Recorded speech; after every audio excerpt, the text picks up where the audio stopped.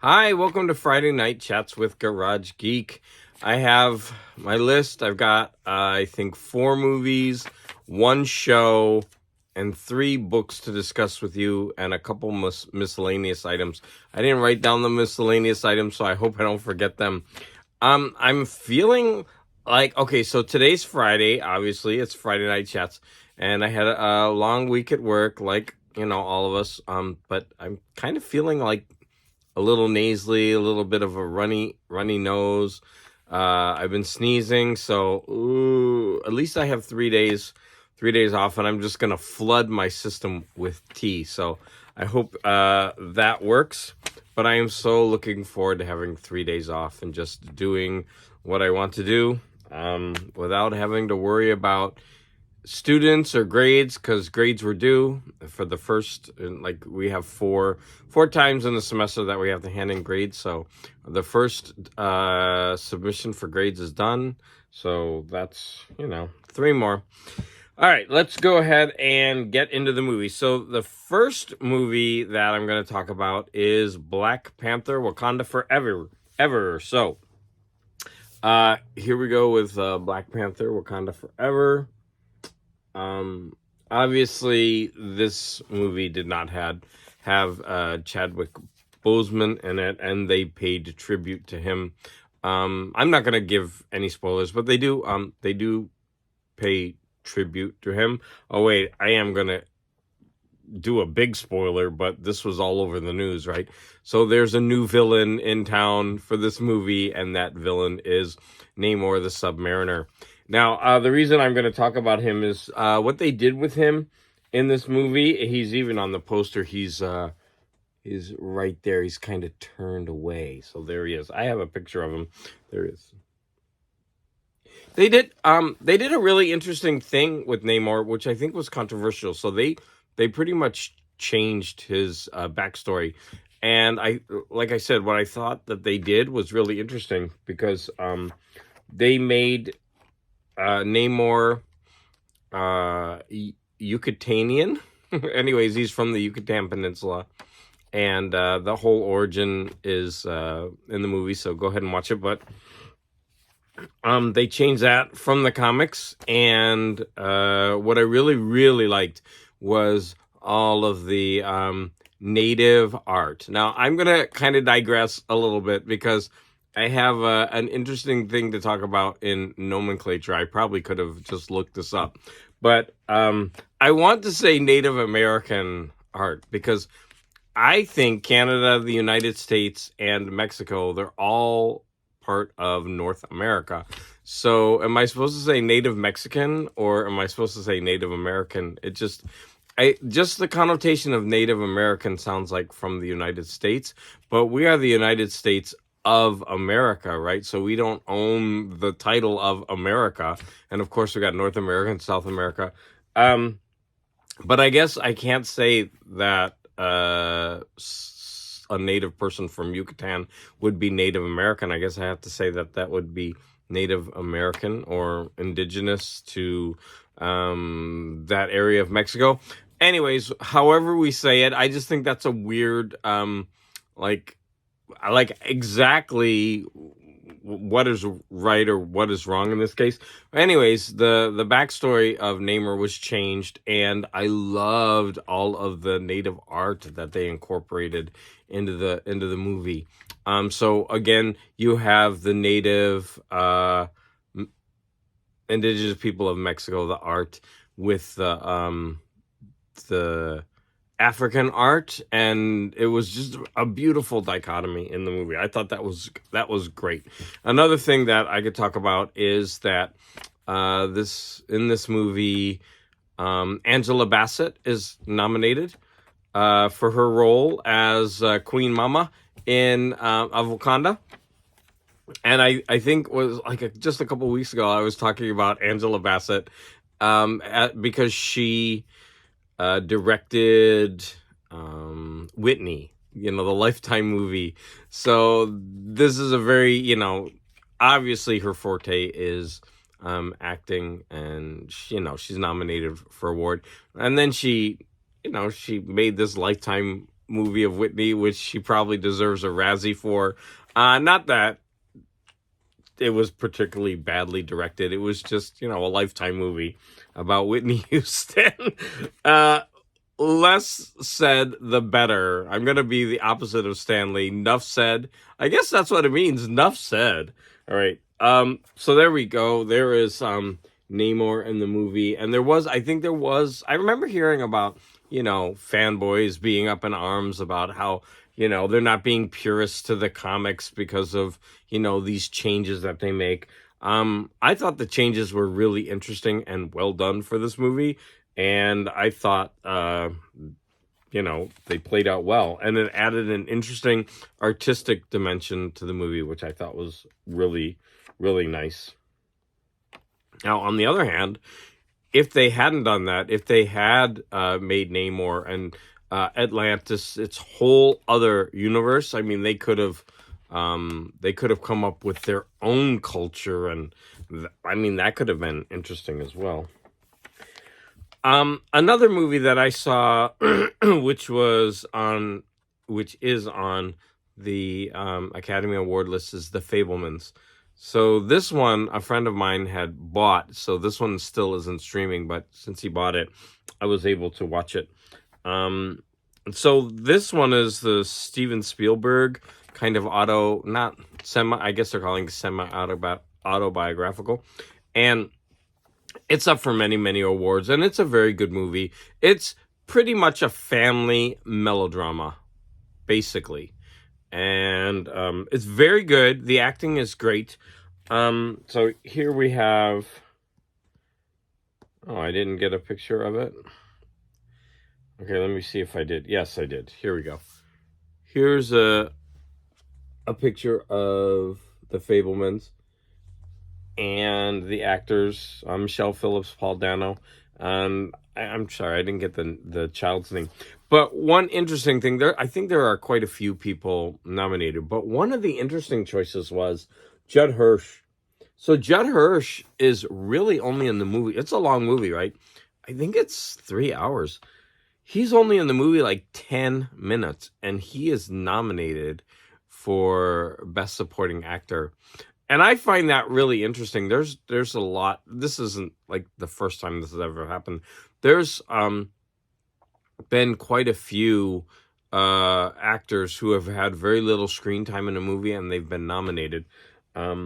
He was very good, right? But he was in it so short a time that they should have an award for, like, instead of Best Supporting Acting, maybe like micro supporting. I don't know. He was there just such a short time. But of course, yeah, like I already said, he was really good. I recommend watching The Fabelmans. Like I said, it is a drama. Black Panther was also very, very good. I enjoyed it a lot. Okay, so now I'm going to move on to two just like weird movies that I watched. Just, for the hell of it. I came across one that was called Satan's Triangle. So let me show you that one. And then when I was watching it, it seemed to have commercial breaks, although there weren't any commercials, right? But I could tell. And so when I looked it up later, yeah, it was a made-for-TV movie. And, I mean, the title is Satan's Triangle, but I didn't make the connection of Devil's Triangle or Bermuda Triangle. So this was a movie about the Devil's Triangle. And it was so cheesy. This movie is cheesy, but it was fun. So basically, there's a boat in the middle of Bermuda's Triangle, and this rescue helicopter is sent there, and there's two people in the helicopter, and they lower one guy onto the boat to investigate to see if there are any survivors, and a storm comes up, and the other helicopter has to leave him. So overnight, and so he's going through this looking for survivors, and he sees all the dead people. So here's another shot of that. Satan's Triangle. And by the way, this is Kim Novak, and I was like, I know who she is. Who is this? So she was, I think she's mostly famous. Maybe I could be wrong for being in Hitchcock movies, or at least one Hitchcock movie. So she was in this, and it was so weird. So basically, it was about like the devil. I guess he takes up residence of the Devil's Triangle, and it was one of these things where he's just moving from ship to ship and just like, preying on people, and like he moves through bodies. And the really interesting thing is, for a 70s movie, it was kind of strange because the main character has sex with this character who survives on the boat. And so she's like, everybody was died and it's all weird here. Who cares if I spoil this movie? It's so cheesy. You could still watch it and enjoy it. It's not like it's hard to guess anything. So she ends up actually being Satan. And so he had sex with her, but originally they also go in the past and they show what happened to the ship. So like, without him there, like what happened to the whole crew. And they pick up a priest from the water, and the priest is the actual Satan. And so he's in male form. And then when this group comes, when he comes, she's the only one left, but it's actually the priest. And so I'm like, well, who did he have sex with? He obviously had sex with Satan, but Satan is typically a male, but then Satan was in the female's body. So I'm like, this is a 70s movie, and these kind of things always interest me. I don't know why. Like, why am I fixated on that? Like, does it even matter? But I remember when Whoopi Goldberg and Demi Moore were supposedly kissing in Ghost. So all that happened was Patrick Swayze's spirit entered Whoopi's body, but they were still kissing, but they showed it as Patrick Swayze there, of course, for the romance, and they're like spinning the camera around. I'm like, but wait, she's actually kissing Whoopi Goldberg. Like, why are you like sugarcoating this? Like, anyways, so I'm like, so who did he really have sex with? It was an Italian priest. I don't. Hey, listen, when you're watching a cheesy movie and you're like, this is so bad, your mind is wandering on all the things that are happening. So, fun, cheesy, like this is a super made for TV movie about Satan living in the Bermuda Triangle. And the really fun thing about these old movies is you just come across all these character actors. So, and they all pop up and you've seen them a million places. So that's always fun. And then the last movie that I'm going to talk about is this movie called Twice Told Tales. Now, I clicked on it because it had Vincent Price in it. So I was like, let me watch a Vincent Price movie, and it was one of those anthology movies. So I was like, okay. So it was quite long for a horror movie, so 2 hours. But then I was like, oh, but it's 3 different tales. So I was like, okay, let me try it. So once it started, it said, oh, but they're based on Nathaniel Hawthorne's Twice Told Tales, which is an actual book that he put out of short stories, but only one of these is actually from that collection. And normally with Vincent Price, right, you get mostly Poe, right, Edgar Allan Poe, loosely based on Edgar Allan Poe. But I remember, I had seen Vincent Price in The House of the Seven Gables, right? And I think that was the only Nathaniel Hawthorne movie with Vincent Price, but there might have been one more.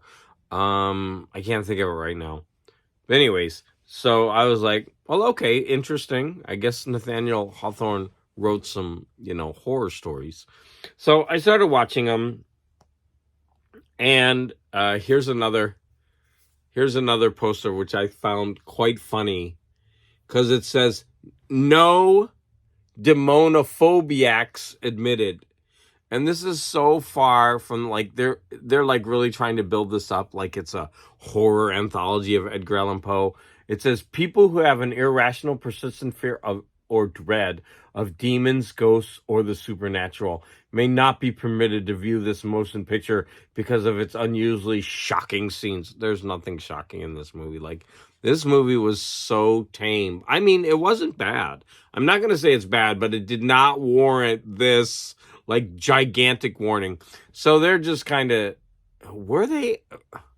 I would say that these are more supernatural tales than horror tales. I guess that's how I would differentiate these. So there were basic. Oh, here's a. I like this. I like this because it's from a. The heck? Because it's from a Dell comic, which I would love to have this comic book. So here it is. You can see Dell. Twice Told Tales, and that's a scene from the movie. So the first segment was called Dr. Heidegger's Experiment, and so that's Dr. Heidegger. I won't go all into details about it. But basically, these two are really old friends, and this guy is pining over his lady who died on the eve when they were getting married, and she's buried. She's in the crypt out back. And he's just he can't move on with his life. He's like, she's the only woman I've ever loved, blah, blah, blah.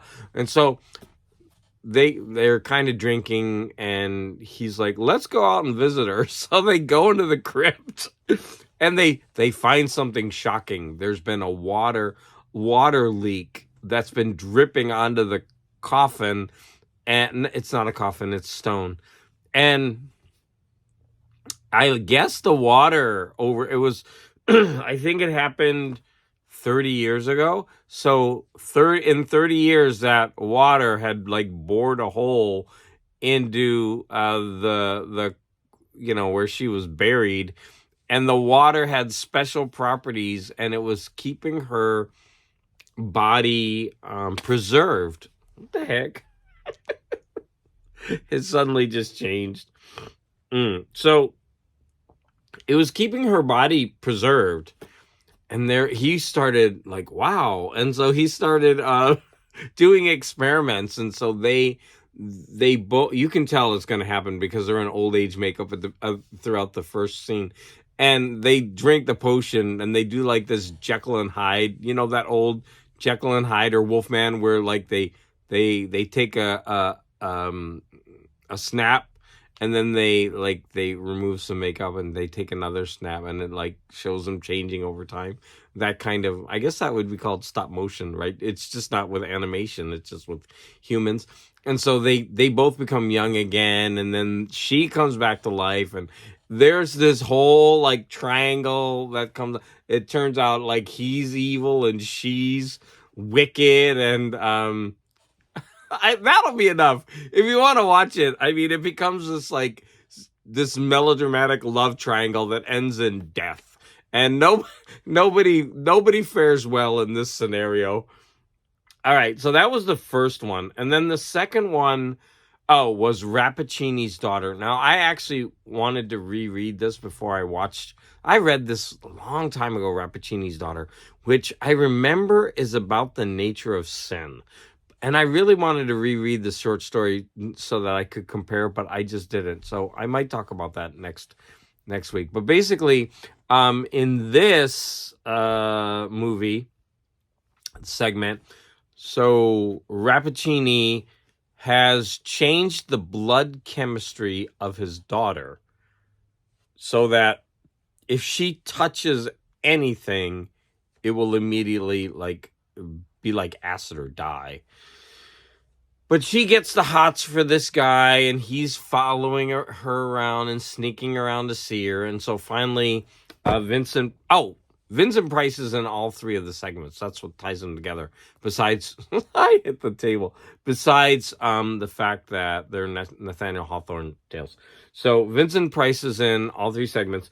So when Daddy Vincent Price sees this guy sniffing around his daughter, he like captures him and he changes his blood chemistry too.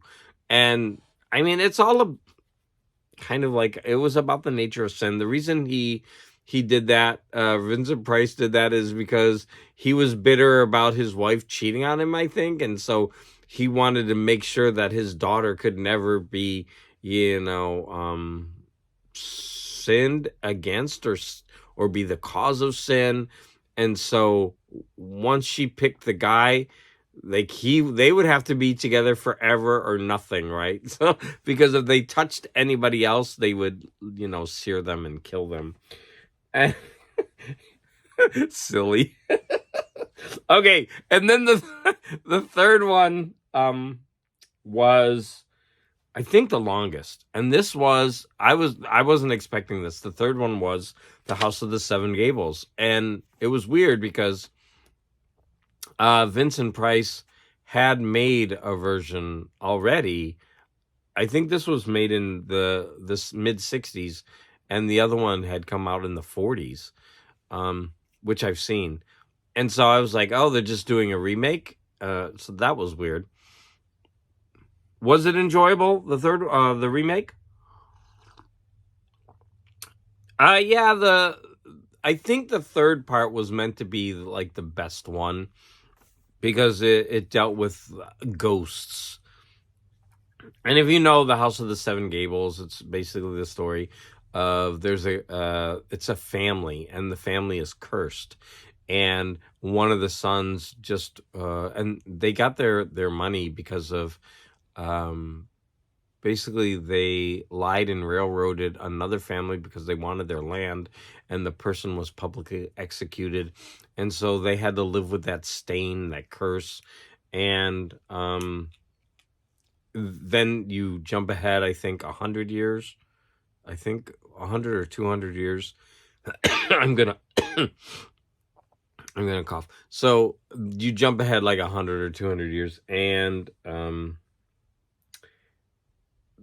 the curse is still going, but Vincent Price is greedy. He knows that there's a deed to a land, and that land is worth millions now, and it's buried somewhere in the house, and they've never been able to find it. And the guy who put the curse on the place, he put it in a vault somewhere that they've never been able to find. And I mean, this one is rife with like ghosts and I don't know. It was enjoyable. Let's just say, like, it's convoluted because, like, I would have to go into a lot of detail because the novel is actually, it's a full novel, and the movie, I think, made the novel a little bit melodramatic, and of course, the movie had to cut a bunch, and this is only a segment of the movie, and so they had to cut even more. But like overall, I would say that don't go into this movie thinking it's a horror piece. No, it's more supernatural. Not scary at all. But I would say for this genre, it's not awful. It's good, right? It's good. And fans of Vincent Price, this is definitely better than War Gods of the Deep, which I talked about last week, which had Vincent Price in it. I would recommend this. I would say this is a solid 3.5 out of 5, right? But if you're into these older movies and you like Vincent Price, it's an absolute must. You have to watch it. And I think that was the last of the movies. Okay, so I did finish a 3-season show. In fact, I just finished it today. And that was His Dark Materials, which I believe, here, let me show that, which is, or was, a BBC adaptation of the Philip Pullman series of books. Now, I actually have a little bit of a history with this because I loved those books when they came out. except so it was kind of a love-hate. Man, I absolutely loved the world building of the first two. So if you don't know about it, there's a world where people have their souls that are visible as animals, and they're connected. They can't be separated. And so the first book is all about Lyra and her demon and the adventures she goes on to find out about dust, which is connected supposedly to sin. There's a lot of religious overtones, but it gets crazy religious later. I'm going to talk about that. And I mean, even the animals that are tethered to them are called demons, spelled Daemon. But it's supposedly their spirits. So there's a lot of there's a lot of religious debunking going on in these books, which is really interesting because the fact that they're children's books, which again I'll talk about in a little bit. The second book was even better, I thought, because it brought the first book was pretty much fantasy, and then the second one becomes sci-fi because the second one is takes place in our world, I believe, because it brings in the multiverse. And in our world, there is a young boy who has a knife, and with this knife he can cut through to the different worlds in the multiverse, which I thought that was even ramping it up. That was more interesting for me. But excuse me, the third book becomes a religious war, and it goes over the top because it's like all weird religion, crazy, like going into the underworld, fighting, trying to find God. God is this enfeebled old man, and one of his angels has taken over, and it becomes this. It gets crazy religious, right? And for a children's book, I think it was even some places it was banned because of all the religion and the religious attacks it had. And I just thought it was really interesting, but like anything like that, it got really like convoluted. And I don't know if any of you have read The Lion, the Witch, and the Wardrobe. So like by the time you get to like the seventh book, the last one, it's like there's like this religious war going on. I don't remember too well, but it gets like all Revelation style crazy. And it's just like, wait, it's so different from like the first one. And of course, in the first one, there are religious overtones with Aslan, who needs to be sacrificed and all this other stuff. Wait, that might not be the first one. That might be like the second or third one. Anyways, you get what I mean. But by the end, it's like over the top crazy, just all these religious wars going on, like everything. And it kind of feels like that. Okay, so anyways, enough talking about the book. So then I was watching the BBC series. I actually started this a couple years ago, maybe a year ago, I think. And not that it was bad. I just stopped watching it. But then I picked it up about a week ago, and I watched the second season, and I just finished the third season today. And I'm going to have to say I really, really enjoyed it. And in fact, when I got to the penultimate episode, I was kind of disappointed because it was all that religious war and all of that. It felt to me like, an extended supernatural episode, right? Because, with all these angels, running around, flying around, fighting battles. And, I was like, okay, whatever. I stuck it out. But actually, the last episode was really, really good. So after all the religious stuff was over, they went back to the two main characters, and they ended it, and they ended it really well. And so I thought it had a really, really nice ending. So it's a BBC production, I believe, and it's got some pretty famous actors in it.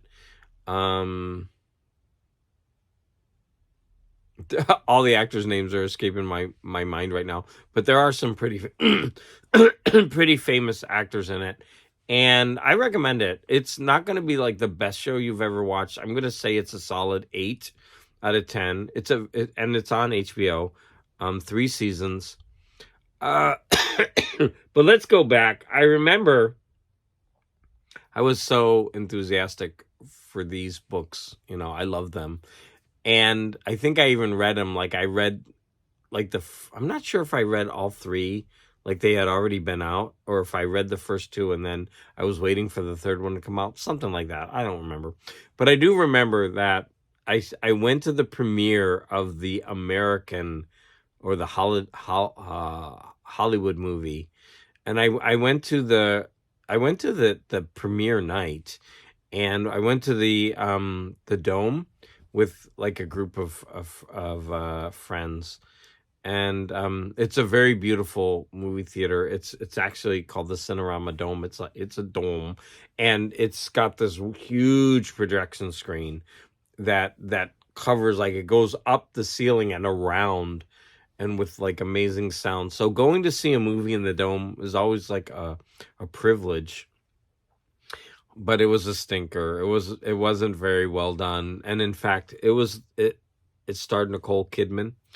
And I actually didn't think it was that bad, but it didn't do justice to the books. And it did so poorly that they never made the second or the third parts, which was a shame, because I mean, it is a very good book series, and I'm glad that the BBC ones stuck it out and they did all three. And I think, yep, that's it for the television media. So now I'm going to talk about a couple of books. The first book I'm going to talk about is the fourth book in the Richard Stark series, which is called The Outfit. So this is, I think, the fourth Parker novel. I'm going to, try to keep going in the series. I've highly enjoyed the first three, and so this is the fourth one. This one was a bit of a departure. So in this one, the main character, at the very beginning, someone tries to kill him, and he finds out that basically it's called the Outfit, which is the mob. So the mob has found out about him, and they're trying to kill him. And so he basically sends all these letters out to all the people that he's ever worked with, and he says, now is the time to hit them. Because most of the people, like the mob, they're so comfortable that the people on the outside are always looking for scores, easy scores, but they never go after the Outfit because of the repercussions. But when Parker tells them now is the time, it's like they're going to all hit them in mass because of something that they did. And the reason I really liked the way this book is set up is because they would have a Parker chapter, and then they would have another chapter of someone planning a different kind of attack on the mob. And so you would get all these different ways that how would you say, like the underworld carries out crimes. And I really like that about the other three, because it really would go, like, show you the workings of criminals. And this one takes it a step further, because you get to see multiple different crimes being planned by multiple different characters. And this series still continues to be very, very good with the fourth book. You didn't need to see all that. Look, there I am getting a drink. Look at my belly. My husband said that's a recent picture. I've been putting on weight, and he even said today, I don't know what's going on. You're putting on weight. We gotta do something about that. So I don't know how that picture popped in. Oh, but there's the drink that we had. It was good. It really, really good.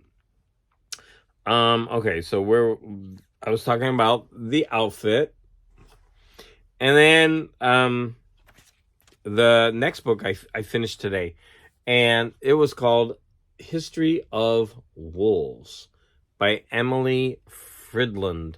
Now, this book I read because it was shortlisted for the Booker Prize in, I think, 2016 or 2017. So I I try to, whenever I can, I try to get caught up on books I haven't read.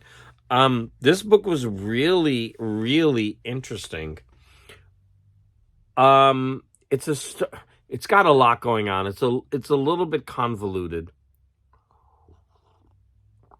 A lot of themes in here. I'm not going to be able to do it justice, right? But basically, there's a young girl. It's a story of a poor young girl who grew up in a commune. The commune has since gone away. There were some things that happened to her when she was in the commune, like nothing bad. They were just about what happened with her growing up and forming relationships with other children in the commune. But then they all left, and so she's left alone with two people who may or may not be her biological parents. And then it's very, very poor upbringing and how she's treated in school. And there's a family, actually a mother and a very young son, like 4 years old. They move in across the lake, and she starts being their babysitter. But in between, it's hard to explain. There's a subtext,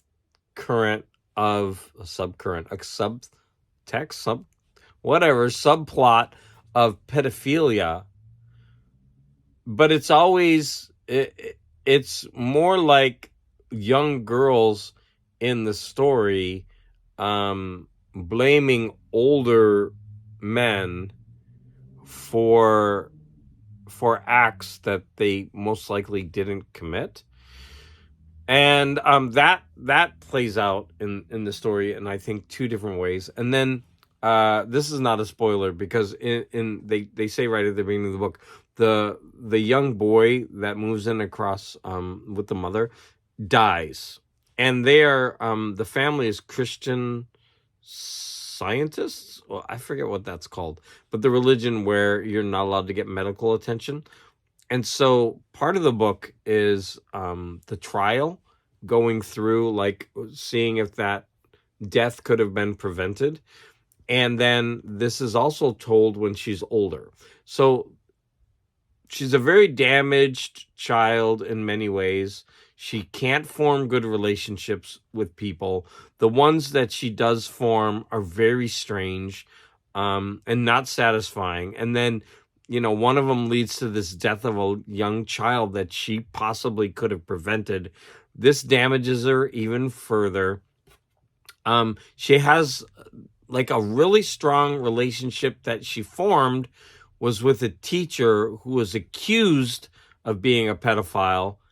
And she seems kind of jealous because she was chasing after the teacher. She wanted some kind of connection with this older man, but he rebuffs her. He doesn't, but he actually supposedly goes after another girl. And there's that. But she feels grateful to him for, noticing her at all in class, because nobody does. She's a very weird character. It's a very interesting book. I really enjoyed it. Now, a lot of people online did not enjoy this. They thought it was too, one reviewer said it was too, like, writerly, like too composition class writing. And I don't know. I enjoyed it. I thought the narrator was just weird and in some ways unreliable. And the whole story that's wrapped around the young kid's death with the Christian are they called Christian Scientists? I can't remember. Christian Monitor Scientists. Anyways, the religion where you're not allowed to get medical attention, right? Because if it's God's will, it's going to happen, type of thing. So again, I enjoyed that book. I really enjoyed it a lot. It had a lot of interesting themes, interesting things to think about. The character is damaged in such a way. Oh, that was one person online was saying how the writing just doesn't, like, pop. But then again, this character is so guarded, and I don't know, it's kind of hard to explain, right? But she's very damaged, and the way that she's going to tell this story, I think justifies the way it's written. But that's my opinion. And finally, the last book that I'm going to talk about, I actually finished last week and I forgot to talk about it, was The Hitchhiker's Guide to the Galaxy. Now, this is a book that I've tried to read 3 times in the past. This is just not, this is a pun. This is not my cup of tea. But I finally forced myself to get through it, and I'm going to go through all 4. Why? Because they're iconic. I know my friend, she says, like, why read something that you're not going to enjoy? I think this is an important thing. It's like referenced, and so many people know it, and they're short enough. It's just something that I need to be exposed to.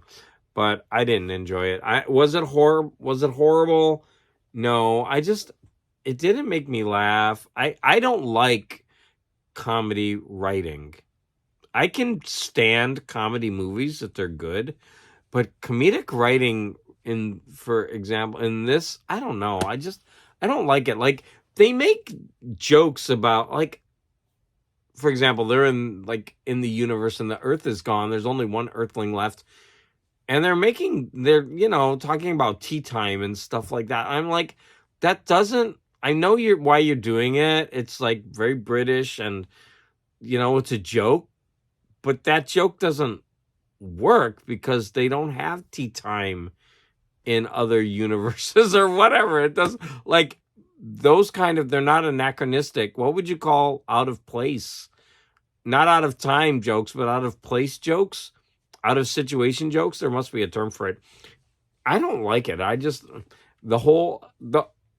just say I didn't like this book, which I knew I wouldn't. And the problem is so many people love these books.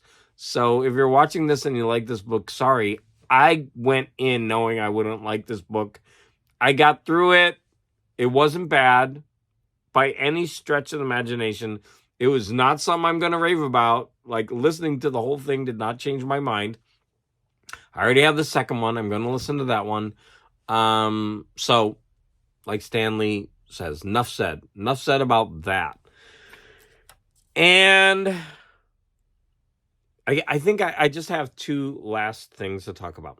So today, my daughter sent me a notification that PlayStation 5, and I think Xbox too, they're putting out a revamped version of Dead Space. And man, did I love that game. Oh, I love that game. And there was a sequel. Those games are so cool, but they're only being put out for PlayStation 5 and Xbox. I don't have an Xbox anymore. So I don't have a PlayStation 5. I only have a PlayStation 4. So unfortunately, I won't be able to play it. Maybe in the future when I have a PlayStation 5. But I'm going to miss out because, wow, that was a fun game. And this one is supposed to be even more. It's just a remake, but it's supposed to be even more moody and atmospheric and scary. So, I mean, the first game is really well done. It is scary. The monsters in it are creepy. And last thing I guess I wanted to talk about was I didn't have any controversial episodes to really talk about, except excuse me. See, I think I am getting sick. So I was watching Bill Maher, and this is really bad because I get my news a lot of times from Bill Maher, but he was commenting on Marjorie Taylor Greene, and how she was like, well, I'm trying to put my iPad back in its holder.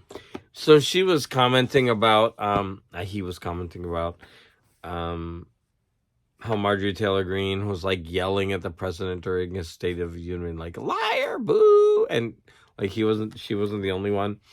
And I was wondering, like, is this the first time this is happening? It's just like so weird. Like, I know it can happen at rallies and whatever, but this is the State of the Union address, and I just thought, wow, like there's no decorum. I even wrote my friend, I'm like, where's the decorum? Like, what is going on? This country is just like, there used to be some respect, right? Even if you hate the president and you know, you don't like what he stands for, whatever, do you like disrespect him in front of the whole world? It's just like it just shows a lack of decorum. I don't know. It was, to me, it just seemed kind of shocking. Has this happened before at other state of the union addresses? I don't know. It was just a really weird thing to see and to think about. And I started thinking about, you know, lapses of decorum, and you know, it trickles right down to the educational system. I'm not going to get on all about that, but it was just kind of shocking to see that. So I'd love to hear about your reactions to that in the comments. I thought this was going to be short, and I really didn't think I would have the energy to go on. I hope this long. I hope that my you know, my mood hasn't been too downbeat in this video. Like I said, I'm not feeling my best. Hopefully throughout this weekend, you know, I'm going to just flood my system with tea. I'll feel better. But I hope my mood hasn't drugged down the energy of this video. Please, I love your comments. I love responding to the comments. If I've said anything in the video that you want to chat about, or you know, write a comment about, please do so. Everybody have a great 3-day weekend. For us in the U.S., we have many people have Monday off because it's President's Day. That will be a day we can all just start, you know, yelling at the president, I guess. Now that's, instead of honoring the presidents of the past, maybe on Monday we can just go out and tear down one of their statues or something like that, because I think that's the way the United States is going. Anyways, time for me to take some more tea. So I'll end here. Thank you for watching if you've watched this far.